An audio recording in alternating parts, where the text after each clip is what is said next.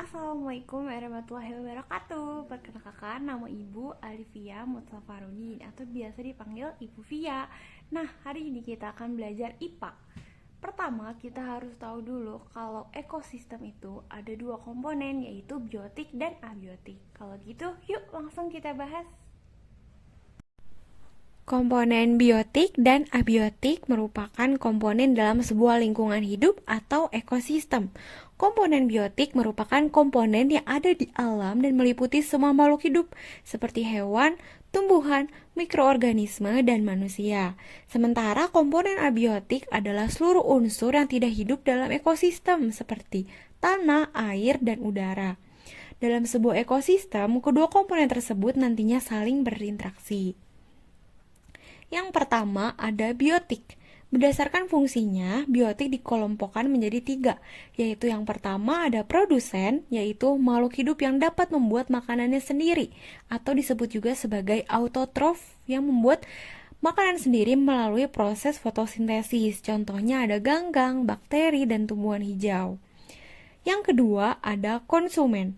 Ini adalah makhluk hidup yang memanfaatkan bahan organik dari produsen untuk menjamin kelangsungan hidupnya karena tidak dapat membuat makanan sendiri atau disebut juga sebagai heterotrof. Konsumen dibedakan menjadi 3 dalam diagram rantai makanan. Yang pertama, tingkat 1 atau konsumen primer. Yang kedua, tingkat 2 atau konsumen karnivora. Yang ketiga, tingkat 3 atau konsumen puncak. Selanjutnya yang ada pengurai dan dekomposer, yaitu makhluk hidup yang menguraikan kembali zat-zat yang semula terdapat dalam tubuh hewan dan tumbuhan yang telah mati diubah menjadi zat hara. Contohnya ada bakteri dan jamur. Setelah tadi ada komponen biotik, ada juga komponen abiotik. Contohnya ada udara. Udara adalah tersusun dari nitrogen, oksigen, dan karbon dioksida yang terdapat pada atmosfer. Selanjutnya ada air. Sekitar 80-90% tubuh makhluk hidup tersusun oleh air.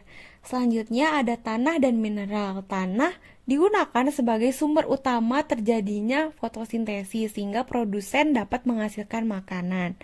Selanjutnya ada cahaya. Cahaya juga adalah salah satu kebutuhan yang dibutuhkan produsen untuk melakukan fotosintesis. Selanjutnya adalah pH. pH adalah suatu tingkat keasaman suatu wilayah. Yang terakhir ada suhu dan kelembapan. Komponen ini dipengaruhi oleh matahari yang memberikan sinarnya.